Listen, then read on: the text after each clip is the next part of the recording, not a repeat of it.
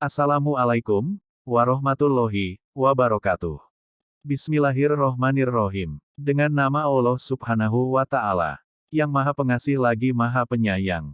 Segenap puji bagi Allah Subhanahu wa Ta'ala yang telah mengkaruniakan petunjuknya, agar kita memeluk agama Islam. Tidak mungkin kita akan memperoleh petunjuk, seandainya Allah Subhanahu wa Ta'ala tidak memberikan petunjuknya kepada kita. Sholawat dan salam atas junjungan kita Nabi Muhammad Shallallahu Alaihi Wasallam, yang telah membawa cahaya petunjuk, juga atas seluruh keluarga dan sahabat-sahabatnya, yang merupakan bintang menuju jalan kebenaran.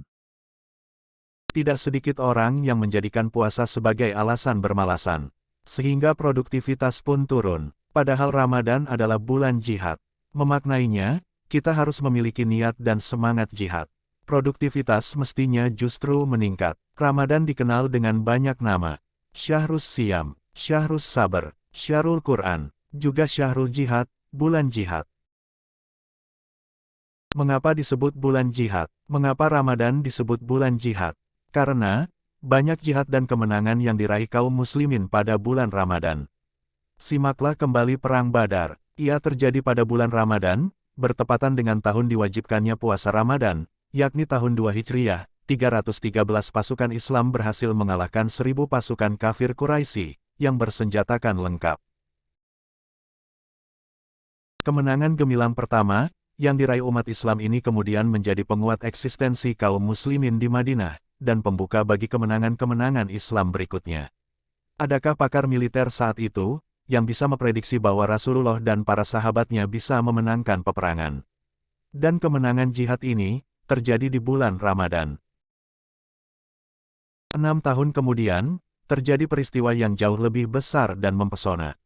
Inilah penaklukan paling indah dalam sejarah umat manusia.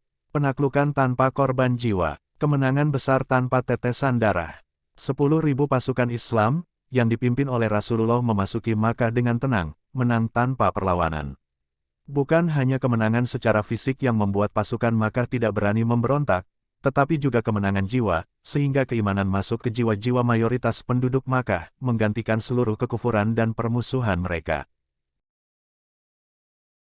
Maka, tak ada satupun yang membela, saat 360-an berhala di sekeliling Ka'bah dihancurkan.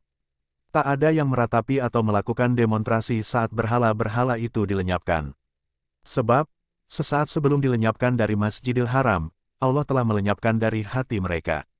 Inilah jihad dan kemenangan besar yang juga terjadi di bulan Ramadan. Masih banyak sejarah jihad yang dimenangkan kaum muslimin di bulan Ramadan. Pada Ramadan 15 Hijriyah, terjadi perang Qadisiyah, di mana orang-orang Majusi di Persia ditumbangkan. Pada Ramadan 53 Hijriyah, umat Islam memasuki Pulau Rhodes di Eropa. Pada bulan Ramadan 91 Hijriyah, umat Islam memasuki selatan Andalusia. Pada Ramadan tahun 92 Hijriyah, umat Islam keluar dari Afrika dan membuka Andalusia, dengan Komandan Tariq bin Ziyad. Pada Ramadan 658 Hijriyah, pasukan Islam di bawah kepemimpinan Saifuddin Qutuz, berhasil mengalahkan pasukan Mongol dalam Perang Ain Jalut. Definisi jihad. Syekh Abdullah Azam dalam Tarbiyah Jihadiyah menjelaskan arti jihad. Secara bahasa, jihad berarti mencurahkan kesungguhan, mengerahkan kekuatan secara maksimal. Sedangkan menurut terminologi, kata jihad mempunyai makna, mengorbankan jiwa dan harta dalam rangka membela agama Allah, dan melawan musuh-musuhnya. Karenanya, mayoritas ayat dan hadits Nabi saat menggunakan kata jihad, yang dimaksud adalah pengertian yang kedua. Meskipun ada pembagian atau macam-macam jihad, yang bersumber dari hadits Nabi juga.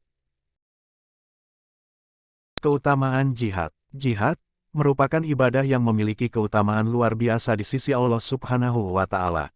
Di antara keutamaan itu adalah 1. Derajat tinggi melebihi ibadah lain. Suatu ketika, pada hari Jumat Nu'man bin Bashir berada di sisi mimbar Rasulullah Shallallahu Alaihi Wasallam. Lalu ada orang berkata, "Aku tak peduli, setelah aku masuk Islam tidaklah aku beramal, melainkan memberi minum orang yang menjalankan ibadah haji." Yang lain berkata, "Aku tak peduli, setelah aku masuk Islam tidaklah aku beramal melainkan memakmurkan Masjidil Haram." Yang lain berkata, "Jihad membela agama Allah lebih utama dari apa yang kalian katakan." Lalu Umar bin Khattab menegur mereka seraya berkata, "Kamu jangan berdebat mengeraskan suaramu di mimbar Rasulullah Shallallahu Alaihi Wasallam." Setelah selesai salat Jumat, Nu'man bin Bashir masuk ke rumah Rasulullah dan minta fatwa kepada beliau.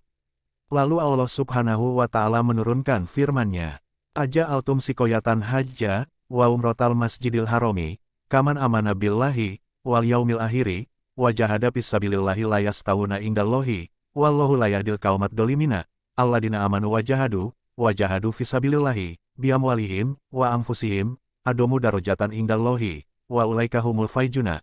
Artinya, apakah orang-orang yang memberi minuman orang-orang yang mengerjakan haji dan mengurus Masjidil Haram, kamu samakan dengan orang-orang yang beriman kepada Allah dan hari kemudian, serta berjihad di jalan Allah? Mereka tidak sama di sisi Allah, dan Allah tidak memberi petunjuk kepada kaum yang zalim. Orang-orang yang beriman dan berhijrah serta berjihad di jalan Allah dengan harta, benda dan diri mereka, adalah lebih tinggi derajatnya di sisi Allah, dan itulah orang-orang yang mendapat kemenangan. Quran Surat At-Taubah, ayat 19-20. Sesungguhnya, amatlah wajar, jika jihad memiliki nilai lebih daripada ibadah lain, sebab jihad menggabungkan amal maliyah dan amal nafsiyah. Maka pengorbanannya sangat luar biasa, berkurangnya atau habisnya harta, resikonya juga sangat tinggi, kehilangan nyawa. 2. Pahala ribat dalam jihad lebih baik dari dunia seisinya.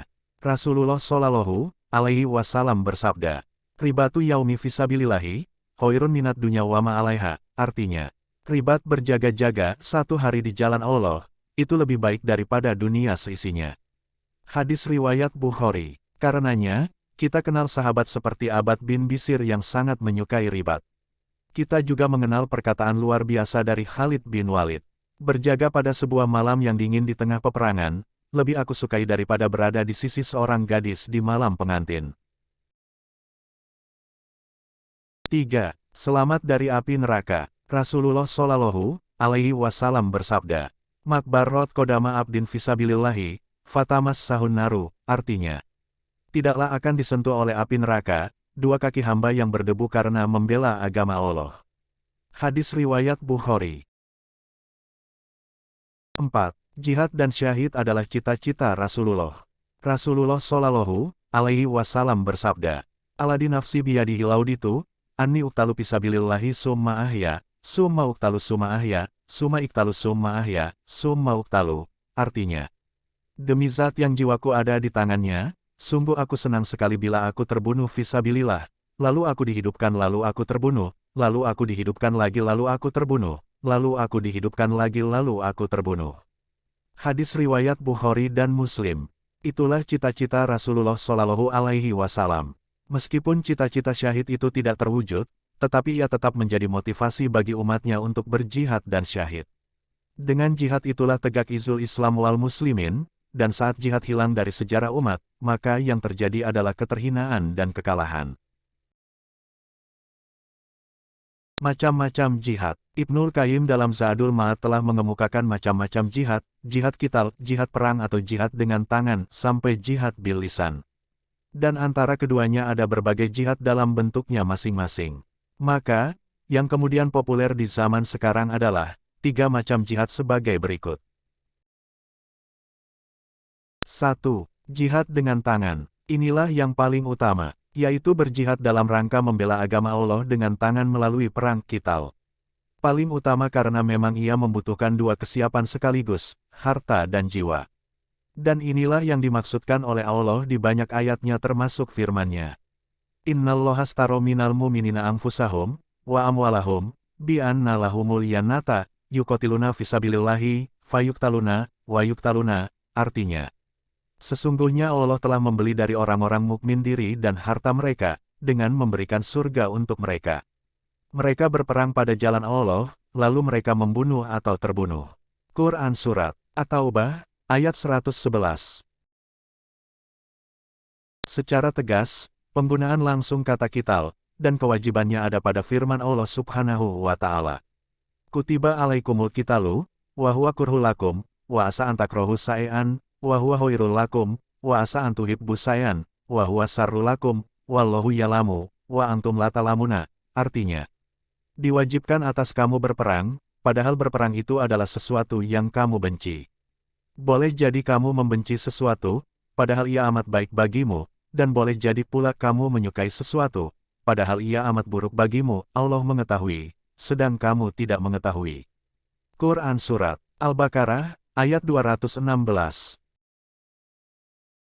Jihad model ini memiliki syarat-syarat tertentu.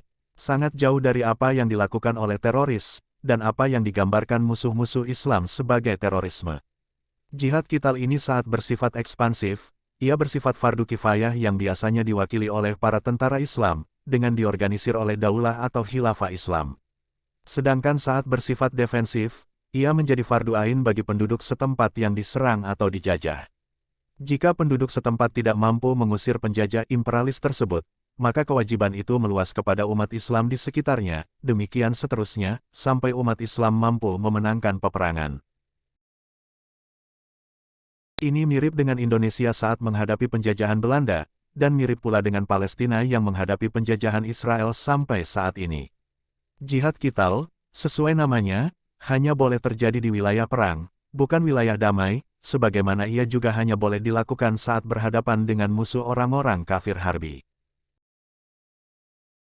2. Jihad dengan lisan. Membela Islam dengan sungguh-sungguh menggunakan lisan, juga termasuk jihad. Bahkan jika ia dilakukan di depan penguasa yang zalim, dengan cara yang tepat, ia termasuk jihad yang paling utama. Rasulullah Shallallahu Alaihi Wasallam bersabda, Afdolul jihadi, kalimatu atli indas sultani jair, artinya, jihad yang paling utama adalah, menyampaikan kebenaran di hadapan penguasa yang zalim. Hadis riwayat Abu Daud. 3. Jihad dengan pena. Kedudukannya juga serupa dengan jihad bil lisan. Inilah yang telah dilakukan para ulama. Dengan kitab-kitabnya, mereka telah melakukan pembelaan sungguh-sungguh terhadap Islam. Dengan penanya, mereka telah menjaga kemuliaan Islam dan umatnya. Dengan tulisannya, mereka telah mengobati penyakit umat, melawan syubhat yang ditimbulkan orang-orang kafir dan munafik, serta mendidik umat. Pada dua bentuk jihad ini kita bisa melihat, dakwah adalah bagian dari jihad. Dan inilah jihad yang saat ini terbuka momentumnya bagi kita. Dengan lisan, dengan pena. Bahkan di saat lockdown atau PSBB karena adanya pandemi virus corona, tetap terbuka bagi kita untuk jihad bil qalam. Bukankah kita punya media sosial, yang bisa menulis buku atau menulis di website. Selain itu, sebagaimana telah disinggung di atas, jihad itu luas. Ketika kita bersungguh-sungguh berbagi manfaat kepada sesama, dan melakukan berbagai hal untuk membela agama Allah, itu juga bagian dari jihad. Maka, sebagaimana banyak kemenangan di bulan Ramadan, seharusnya produktivitas kita juga meningkat di bulan ini. Berniat jihad mulai saat ini. Terakhir kalinya, marilah kita niatkan diri kita untuk berjihad, membela agama Allah Subhanahu wa Ta'ala. Kita memang belum bertemu dengan kesempatan jihad qital. Walau demikian, Rasulullah mengajarkan kepada kita, untuk selalu berniat mendapatkannya suatu saat nanti. Itulah yang kita tangkap dari sabda Nabi. Men mata walam yakju, walam yuhaddas bihi nafsahu, mata ala subatin min nifakin, artinya, barang siapa yang mati dan belum berjihad dan tidak bertekad untuk berjihad, maka dia mati di atas cabang dari kemunafikan. Quran Surat Muslim.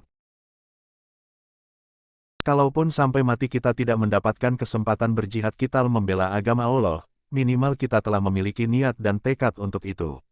Serta kita telah berupaya melakukan jihad, dalam bentuknya yang lain, baik dengan lisan maupun dengan pena. Ramadan merupakan momentum yang tepat untuk menanamkan komitmen ini. Wallahu a'lam bishawab. Mungkin hanya itu saja yang bisa saya sampaikan kali ini, mohon maaf atas segala kekurangan. Semoga kita bisa mendapatkan mati jihad yang diakui Allah. Amin ya Rabbal Alamin. Akhirul kalam, billahi fisabil haq, fastabikul khairat. Wassalamualaikum warahmatullahi wabarakatuh.